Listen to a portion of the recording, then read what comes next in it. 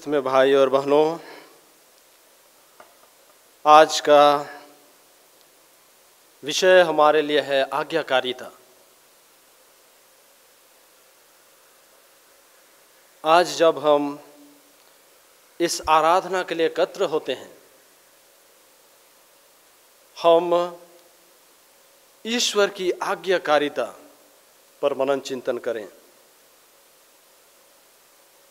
किस प्रकार से यीशु ख्रिस्त एक आज्ञाकारी बालक के रूप में अपने आप को प्रस्तुत किया। माता मरियम की आज्ञाओं का पालन किया, अपने परिवार की जिम्मेदारियों को उन्होंने भली भांति समझा और अपने परिवार की भलाई के लिए उन्होंने कार्य किया। और आज हम जब इस आराधना में जमा होते हैं, हम प्रार्थना करेंगे कि प्रभु हमें आज्ञाकारिता का वरदान दे, जिससे कि हम ईश्वर की आज्ञाओं को समझ सकें, साथ ही साथ अपने माता पिता, अपने गुरुजनों और अपने बड़ों का आदर और सम्मान कर सकें। आइए हम थोड़ी देर मौन रहें और मनन चिंतन करें कि किस प्रकार से हम इस आराधना में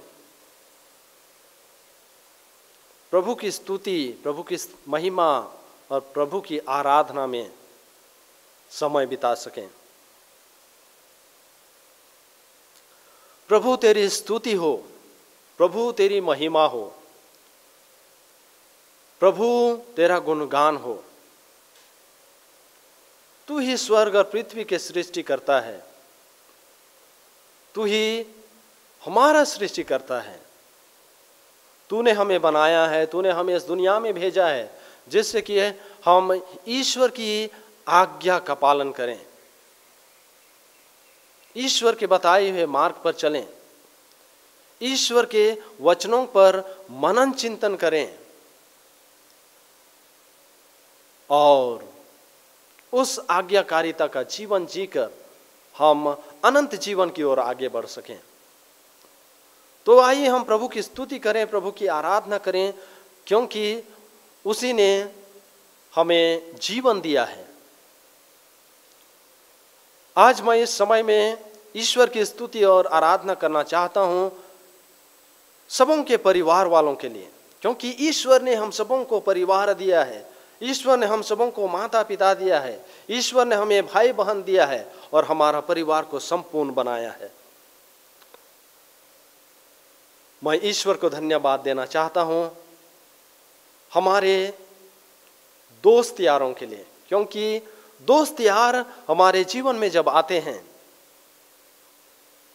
तो बहुत सारी समस्याओं का समाधान यूं ही हो जाता है, क्योंकि वे हमारी मदद करना चाहते हैं, वे हमारी सहायता करना चाहते हैं, क्योंकि हम साथ साथ जीवन में बुराई के साथ लड़ते हैं और अच्छाई को प्राप्त करना चाहते हैं। मैं धन्यवाद देना चाहूंगा ईश्वर को दुनिया के सभी श्रेष्ठ चीजों के लिए, क्योंकि अपनी सृष्टि के द्वारा ईश्वर ने हमें सबसे महान बनाया है, सबों के ऊपर हमें अपना अधिकार दिया है।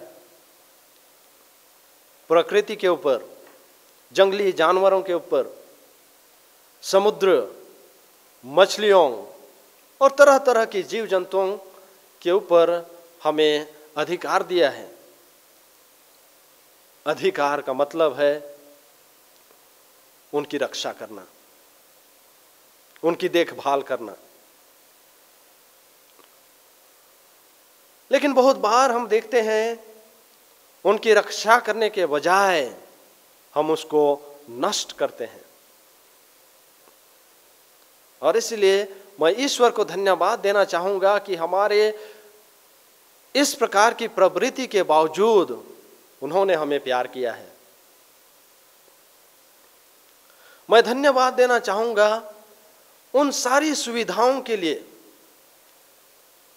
जिसे ईश्वर ने हमारी मदद के लिए बनाया है। मैं धन्यवाद देना चाहूँगा उन सभी आविष्कारों के लिए, क्योंकि उन आविष्कारों के द्वारा हमारे जीवन में हम उन्नति करते हैं, हम अपने जीवन में आगे बढ़ते हैं और हमारा जीवन सहज हो जाता है। हम देखते हैं बहुत सारे चीजों का आविष्कार हुआ है जो कि हमारे जीवन को और भी सहज बनाता है।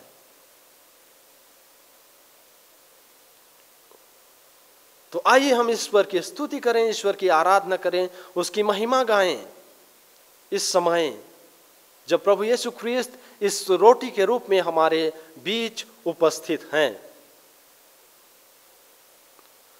हम सबों के लिए वह सारी चीज़ों का व्यवस्था करते हैं, सारी चीज़ों को देते हैं और उन्हीं के बदौलत हम अपने जीवन में बहुत सारी चीज़ों को कर सकते हैं, क्योंकि ईश्वर ने हमें बुद्धि, ज्ञान, विवेक प्रदान किया है। और इस बुद्धि, विवेक और ज्ञान का सदुपयोग कर हम अपने जीवन में उन्नति करते हैं। हे प्रभु, मैं तेरा धन्यवाद करता हूं क्योंकि तू भला है, क्योंकि तू हमेशा हमारी भलाई चाहता है, क्योंकि तू हमेशा हमारे साथ रहना चाहता है, हमारे साथ साथ चलना चाहता है, हमारे कमजोरियों, हमारे बुराइयों में भी हमारा साथ देता है कि हम उन कमजोरियों, उन बुराइयों से छुटकारा पा सकें। प्रभु तेरी महिमा हो, तेरी स्तुति हो, तेरी बड़ाई हो। आइए हम अपने मन में, अपने हृदय में प्रभु को धन्यवाद दें इन सारी कृपा दानों के लिए, इन सारे वरदानों के लिए जिसे ईश्वर ने हमें दिया है। आइए हम थोड़ी देर मौन रहें और अपने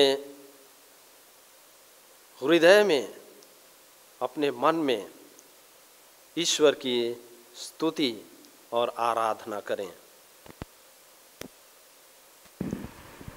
आइए हम प्रभु के वचन को सुनने के लिए अपने मन और हृदय को तैयार करें, जिससे कि हम प्रभु के वचन को सुनकर उनसे प्रेरणा पा सकें, और न केवल प्रेरणा पा सकें लेकिन प्रभु के बताए हुए मार्ग पर चल सकें, जिससे कि हमारा जीवन और भी सार्थक हो सके, हम प्रभु के साथ साथ चल सकें। प्रभु ही हमारा सहारा है। जब हम उनके साथ चलते हैं, हमें किसी प्रकार की कोई कमी नहीं होती है।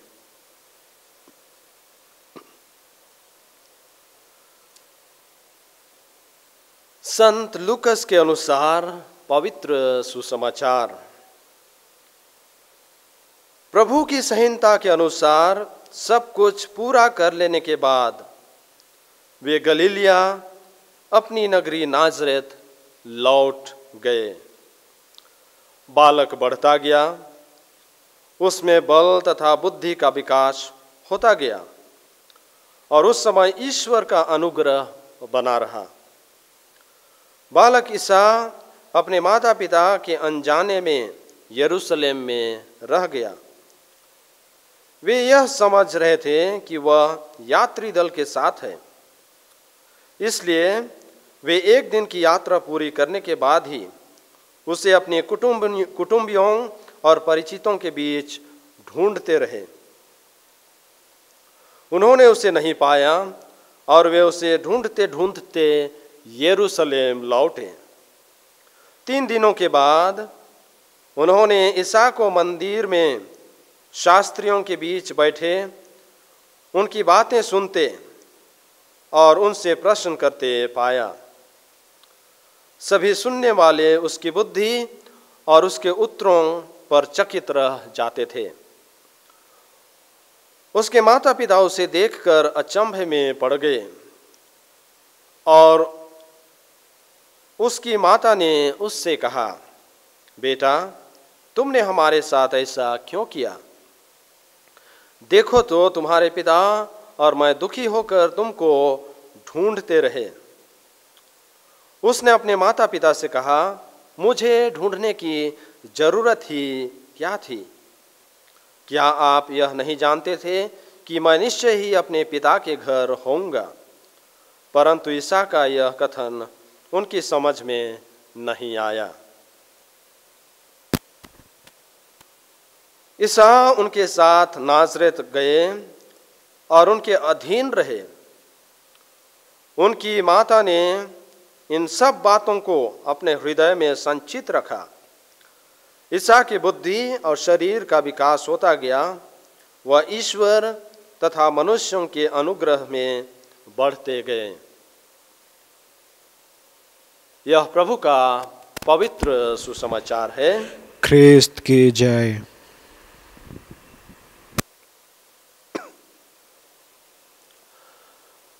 ख्रिस्त में मेरे प्यारे भाइयों एवं बहनों,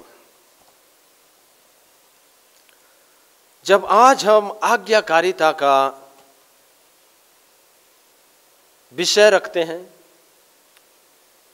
और उस पर मनन चिंतन करते हैं, मुझे एक घटना याद आती है। एक परिवार में एक माँ और उसका एक बहुत ही सुंदर सा बेटा था और उस परिवार में घर के मुखिया का देहांत हो चुका था। वे एक बहुत ही गरीब परिवार से आते थे। उनका जीवन किसी प्रकार से चल रहा था, लेकिन वह मां अपने बच्चे को इतना प्यार करती है कि वह उसके लिए कुछ भी करना चाहती है और कुछ भी कर सकती है और कुछ भी करती है। वह एक स्कूल में बावर्ची का काम करती है और उसी से अपने घर को चलाती है और साथ ही साथ अपने बच्चे को पढ़ाती है। जैसे जैसे बच्चा बढ़ता है, उनके दोस्त यार बड़े होते हैं, वे दूसरों के संगति में रहने लगता है और धीरे धीरे वह एक होनहार विद्यार्थी बनता है। लेकिन एक दिन जब वे बच्चे एक साथ मिलकर खेल रहे थे और जब यह मां अपने बेटे को बुलाने जाती है जिससे कि वे दोनों घर जा सके, जैसे ही वह भीड़ में पहुंचती है और अपने बच्चे को बुलाती है, आवाज देती है, दूसरे बच्चे उस मां को देखते हैं और वे उसका मजाक उड़ाने लगते हैं, क्योंकि उस मां का एक आंख नहीं था। और जब दूसरे बच्चे उस मां को कहते हैं कि तुम्हारी जो मां है वह सुंदर नहीं लगती है क्योंकि उसकी एक आंख नहीं है,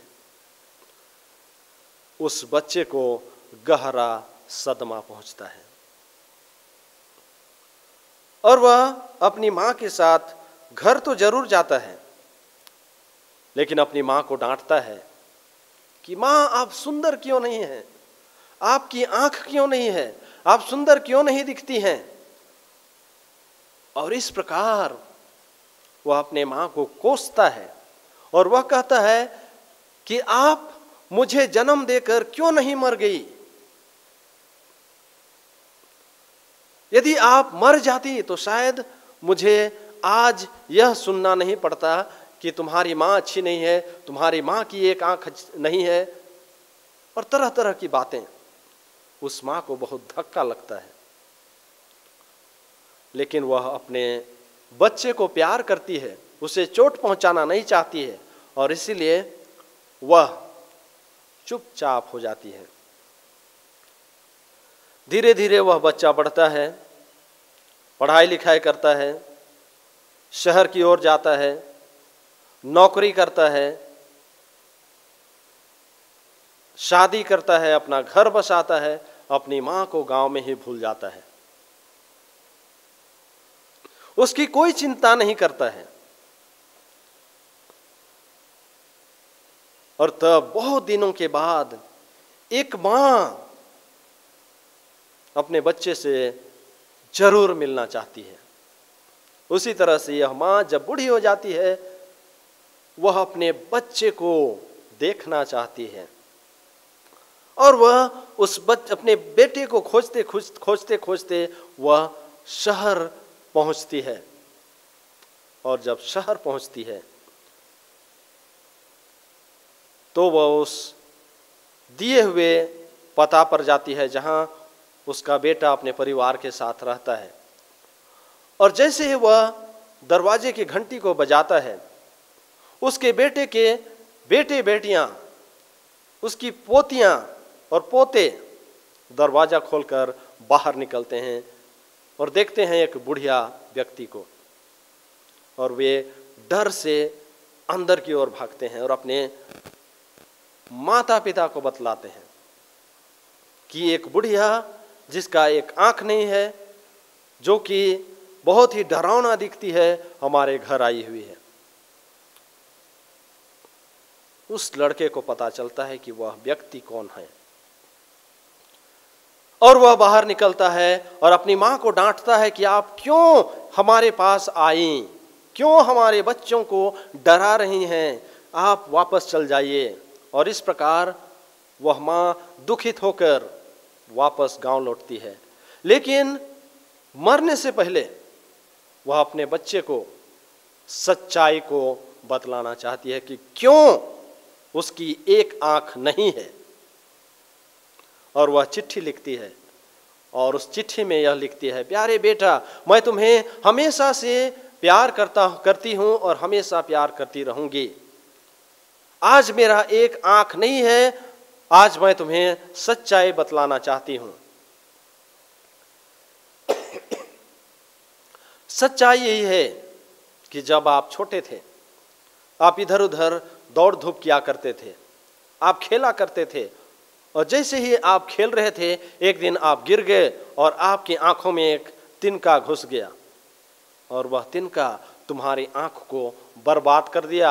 आप अंधे हो गए, और मैं एक माँ एक अंधे व्यक्ति, अंधे बेटे को किस प्रकार से देख सकती थी। इसलिए मैंने अपनी आंखों को दान दे दिया तुम्हारे लिए, जिससे कि मेरा बेटा इस सुंदर दुनिया को देख सके। और आज आप मेरी आंखों से इस दुनिया को देख रहे हैं, और मुझे आज खुशी होती है कि मेरा यह आंख मेरे बेटे के काम आई।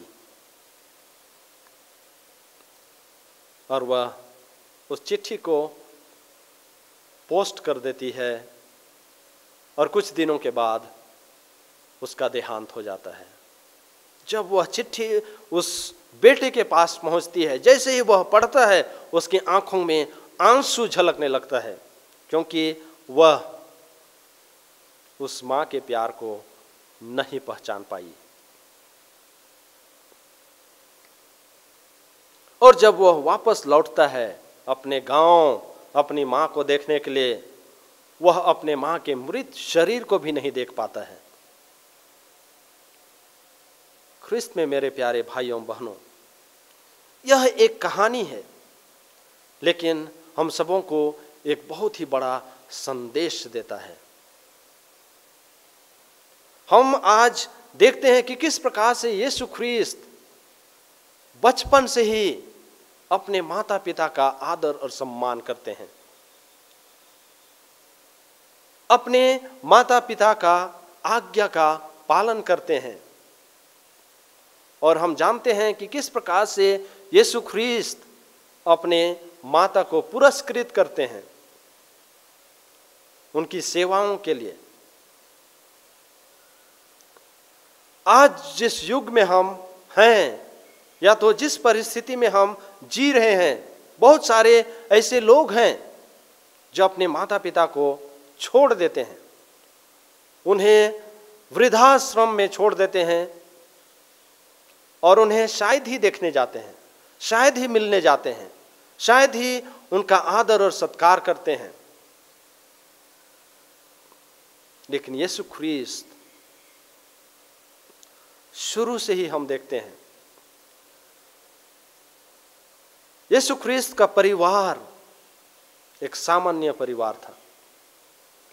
कड़ी मेहनत करने के बाद उन्हें दिन भर में जो भी आवश्यकता है उसे पूरा कर पाते हैं, और यीशु ख्रिस्त हमेशा उनका साथ देते हैं। ख्रिस्त में मेरे प्यारे भाइयों और बहनों, आज बहुत बार हम देखते हैं परिवार में फूट है, माता पिता के बीच में प्यार नहीं है, बच्चे अपने माता पिता का आज्ञा का पालन नहीं करते हैं, और शायद परिवार टूट सा गया है। हम किस प्रकार से परिवार को समेट कर रखें, परिवार में एकता लाएं, परिवार में हम प्यार का संचार करें, और तब जाकर यह एक ख्रिस्तीय परिवार कहलाएगा। आज जब हम प्रभु की स्तुति और आराधना करने के लिए यहां जमा होते हैं, हम पूरे परिवार के साथ हम प्रार्थना करें कि परिवार में प्रेम का संचार हो, परिवार में समझदारी हो, परिवार में एक दूसरे के लिए चिंता हो, एक दूसरे को समझ सकें, और इस प्रकार हमारा परिवार एक सच्चा ख्रिस्तीय कहलाएगा, और यह सच्चा ख्रिस्तीय परिवार दूसरे परिवारों के लिए प्रेरणा का स्रोत बनेगा। ख्रिस्त में प्यारे भाई और बहनों, परिवार हमारे लिए ईश्वर का वरदान है। परिवार में हम सब कुछ सीखते हैं। परिवार प्रथम पाठशाला है, जहां हम अच्छाई और बुराई के बीच अंतर करना सीखते हैं। तो आइए आज जब हम इस आराधना में सहभागी होते हैं, हम हर एक परिवार को ईश्वर के चरणों में रखें। परिवार में प्रेम हो, परिवार में शांति हो, परिवार में चैन हो, और इस तरह हम ईश्वरीय पवित्र परिवार जोसेफ, मरियम और यीशु ख्रिस्त का अनुकरण करते हुए हम अपने परिवार को सच्चे ख्रिस्तीय परिवार बना सकें। आइए हम थोड़ी देर मौन रहें और अपने अपने परिवारों को ईश्वर को समर्पित करें।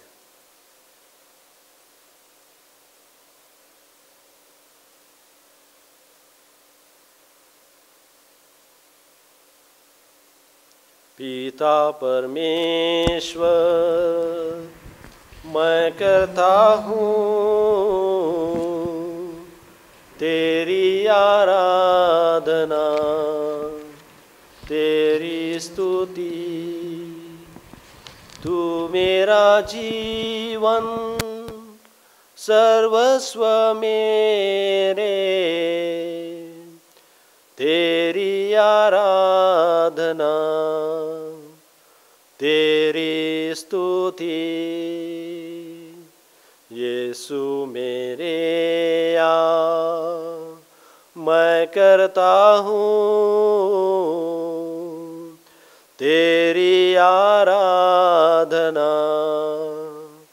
तेरी स्तुति।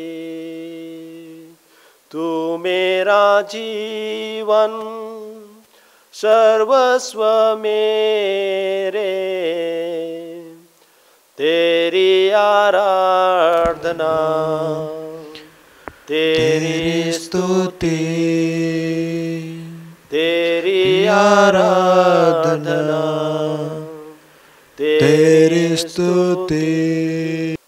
यीशु के परम पवित्र नाम की स्तुति विनती। प्रभु दया कर, ख्रिस्त दया कर, प्रभु दया कर, ख्रिस्त हमारी सुन, यीशु हमारी विनती पूरी कर। हमारा जवाब होगा, हम पर दया कर। स्वर्ग के पिता परमेश्वर, हम पर दया कर। पुत्र परमेश्वर, दुनिया के मुक्तिदाता, हम पर दया कर। पवित्र आत्मा परमेश्वर, हम पर दया कर। पवित्र त्रित्व एक ही ईश्वर, हम पर दया कर। यीशु ख्रिस्त ईश्वर का पुत्र, हम पर दया कर। यीशु पिता की दीप्ति, हम पर दया कर। यीशु अमर ज्योति की प्रभा, हम पर दया कर। यीशु महिमा का राजा, हम पर दया कर। यीशु न्याय का सूर्य, हम पर दया कर। यीशु कुमारी मरियम का पुत्र, हम पर दया कर। प्रिय यीशु, हम पर दया कर। प्रशंसनीय यीशु, हम पर दया कर। यीशु शक्तिमान ईश्वर, हम पर दया कर। यीशु भविष्य का पिता, हम पर दया कर। यीशु ईश्वरीय परामर्श का दूत, हम पर दया कर। परम शक्तिमान यीशु, हम पर दया कर। परम धैर्यवान यीशु, हम पर दया कर। यीशु हृदय के नम्र और दीन, हम पर दया कर। यीशु शुद्धता का प्रेमी, हम पर दया कर। यीशु हमारा प्रेमी, हम पर दया कर। यीशु शांति का ईश्वर, हम पर दया कर। यीशु जीवन दाता, हम पर दया कर। यीशु सद्गुणों का आदर्श, हम पर दया कर। यीशु आत्माओं का हितैषी, हम पर दया कर। यीशु हमारा ईश्वर, हम पर दया कर। यीशु हमारी शरण, हम पर दया कर। यीशु दीनों का पिता, हम पर दया कर। यीशु विश्वासियों की निधि, हम पर दया कर। यीशु भला गडेरिया, हम पर दया कर। यीशु वास्तविक ज्योति, हम पर दया कर। यीशु शाश्वत प्रज्ञा, हम पर दया कर। यीशु असीम भलाई, हम पर दया कर। यीशु हमारा मार्ग और जीवन, हम पर दया कर। यीशु स्वर्गदूतों का आनंद, हम पर दया कर। यीशु धर्म पुरखों का राजा, हम पर दया कर। यीशु प्रेरितों का गुरु, हम पर दया कर। यीशु सुसमाचार लेखकों का आचार्य, हम पर दया कर। यीशु शहीदों का बल, हम पर दया कर। यीशु धर्मवीरों की ज्योति, हम पर दया कर। यीशु कुंवारियों की निर्मलता, हम पर दया कर। यीशु सब संतों का मुकुट, हम पर दया कर। यीशु हमको बचा। हम पर दया कर। हमारा जवाब है, यीशु हमको बचा यीशु हमको बचा। हर बुराई से, यीशु हमको बचा। हर पाप से, यीशु हमको बचा। अपने क्रोध से, यीशु हमको बचा। शैतान के फंदों से, यीशु हमको बचा। विचार के भाव से, यीशु हमको बचा। अनंत मरण से, यीशु हमको बचा। तेरी प्रेरणा की उपेक्षा से, यीशु हमको बचा। अपने पवित्र शरीर धारण के भेद द्वारा, यीशु हमको बचा। अपने जन्म द्वारा, यीशु हमको बचा। अपने बालकपन द्वारा, यीशु हमको बचा। अपने ईश्वरीय जीवन द्वारा, यीशु हमको बचा। अपने परिश्रम द्वारा, यीशु हमको बचा। अपने प्राण पीड़ा और दुख भोग द्वारा, यीशु हमको बचा। अपने क्रूस क्रूस और परित्याग द्वारा, यीशु हमको बचा। अपनी पीड़ा द्वारा, यीशु हमको बचा। अपने मरण और दफन द्वारा, यीशु हमको बचा। अपने पुनरुत्थान द्वारा, यीशु हमको बचा। अपने स्वर्गरोहण द्वारा, यीशु हमको बचा। परम पवित्र परम प्रसाद की स्थापना द्वारा, यीशु हमको बचा। अपने आनंद द्वारा, यीशु हमको बचा। अपनी महिमा द्वारा। यीशु हमको बचा। हे ईश्वर के मेमने तो संसार के पाप हर लेता है, यीशु हमें क्षमा कर। हे ईश्वर के मेमने तो संसार के पाप हर लेता है, यीशु हमारी सुन। हे ईश्वर के मेमने तो संसार के पाप हर लेता है, यीशु हम पर दया कर। यीशु हमारी सुन, यीशु हमारी विनती पूरी कर। हम प्रार्थना करें। हे प्रभु यीशु ख्रीस्त, तूने कहा था मांगो और तुम्हें दिया जाएगा, ढूंढो और तुम पाओगे, खटखटाओ और तुम्हारे लिए खोला जाएगा। हम तुझसे विनती करते हैं, हमारे हृदय में तेरा ईश्वरीय प्रेम भर दे, जिससे हम मन, वचन और कर्म से तुझे प्यार करें और अनंत काल तक तेरी स्तुति गावें। हे प्रभु, अपने पवित्र नाम का भय और प्रेम हमें दे, क्योंकि जिनको तूने अपने प्रेम में स्थिर किया है, हमें उन्हें तू कभी नहीं छोड़ता। तू जो युगानुयुग जीता रहता और राज्य करता है। आमीन। आइए हम विभिन्न आवश्यकताओं के लिए प्रार्थना करें और विशेष करके परिवारों की आवश्यकता के लिए प्रार्थना करें। सभी परिवारों को हम प्रभु को चढ़ाएं, जिससे कि प्रभु हर एक परिवार में अपना निवास स्थान बनाएं और हर परिवार सुखमय जीवन बिता सकें। सबसे पहले मैं उन परिवारों को याद करना चाहूँगा जिन परिवारों में प्रेम की कमी है, जहाँ कलंक है, जहाँ कलह है, जहाँ क्रोध है, जहाँ लड़ाई है, झगड़ा है। हम प्रार्थना करें कि उन परिवारों में पिता परमेश्वर प्रेम का संचार करे, जिससे कि सब कोई एक दूसरे को प्रेम कर सकें और प्रेम के साथ जीवन बिताकर वे ईश्वरीय राज्य की ओर आगे बढ़ सकें। इसके लिए हम निवेदन करें। हे पिता, हमारी प्रार्थना सुन। हम उन परिवारों के लिए प्रार्थना करें जिन परिवारों में घर के मुखिया माता पिता नहीं हैं। माता पिता के अभाव में परिवार अधूरा है।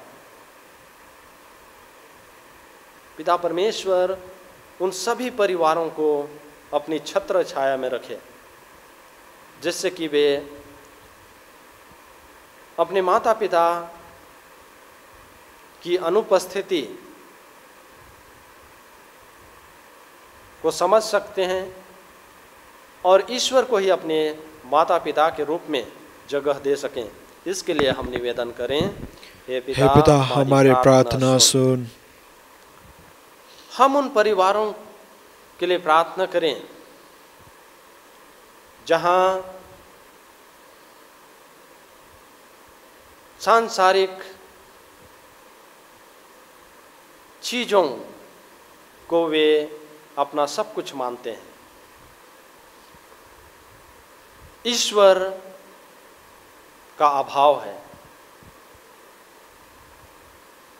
सांसारिक चीज वस्तुएं हमारे लिए आवश्यक है, लेकिन उससे भी बढ़कर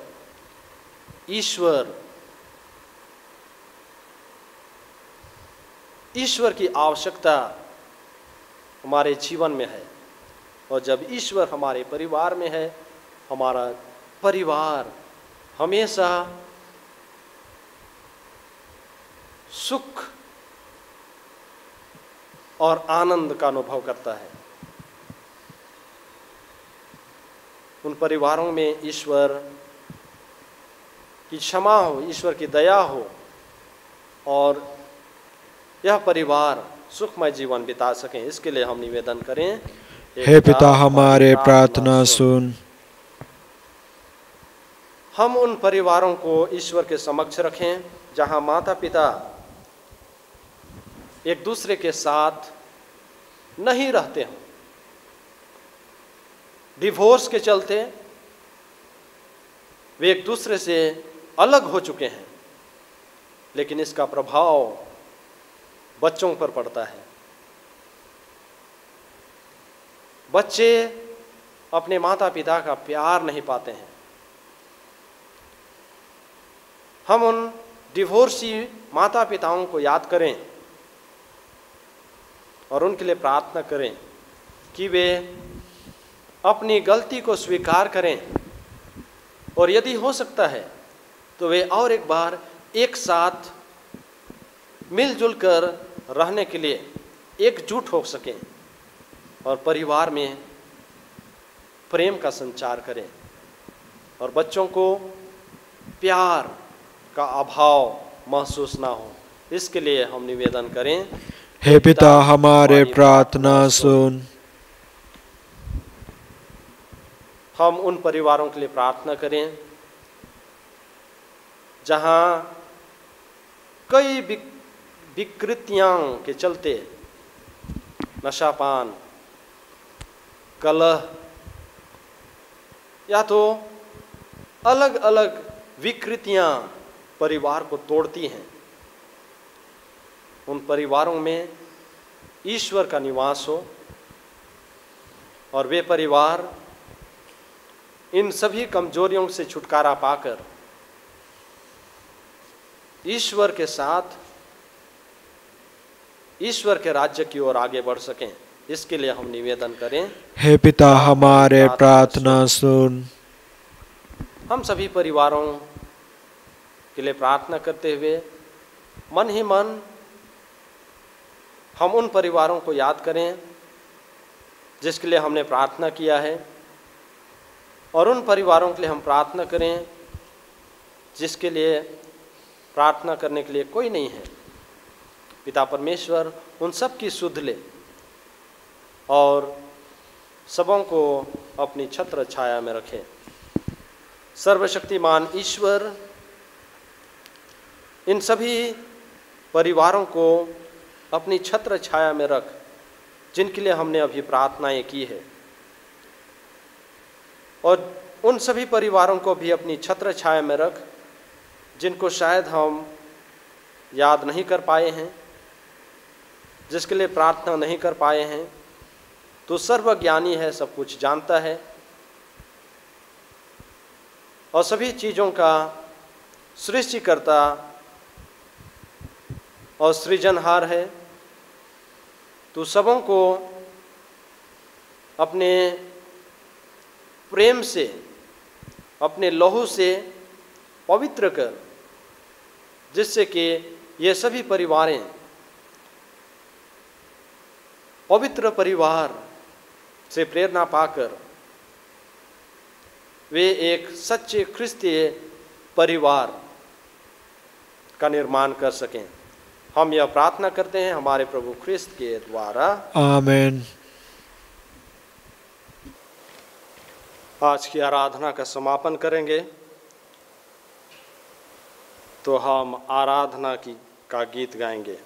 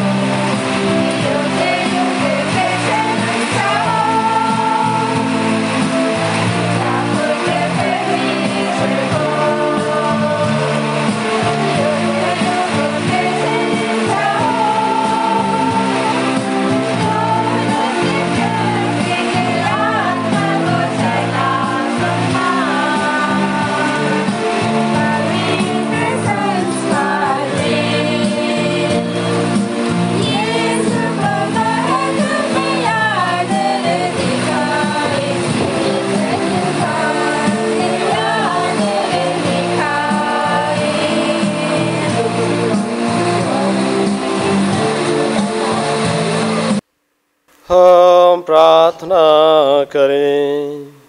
हे परमेश्वर, तूने सद्भुत संस्कार द्वारा हमें अपने दुख भोग का स्मारक दिया है। हमें अपने शरीर और रक्त के पवित्र भेद का इस प्रकार आदर करने की कृपा दे कि हम मुक्ति के फल नित्य अनुभव करें। तू जो युगानुयुग जीता रहता और राज्य करता है।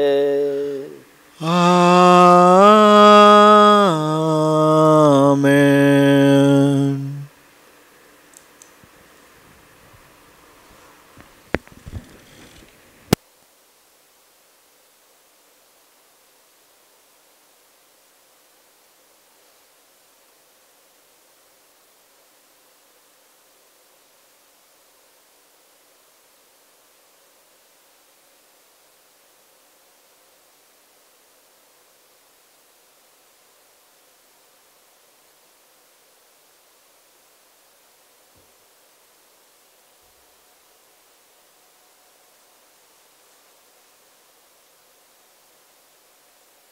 धन्य परमेश्वर, धन्य उसका पवित्र नाम, धन्य यीशु ख्रीस्त सच परमेश्वर और सच मनुष्य, धन्य यीशु का नाम, धन्य उसका पवित्र हृदय, धन्य उसका परम मूल्यवान रक्त, धन्य परम पवित्र संस्कार में यीशु, धन्य पवित्र आत्मा हमारे सहायक, धन्य अति पवित्र मरियम परमेश्वर की माँ, धन्य उसका पवित्र और निष्कलंक गर्भागमन, धन्य उसका प्रतापी उद्ग्रहण, धन्य कुमारी और माता मरियम का नाम, धन्य उसका अति शुद्ध व संत योसेफ, धन्य अपने दूतों व संतों में परमेश्वर।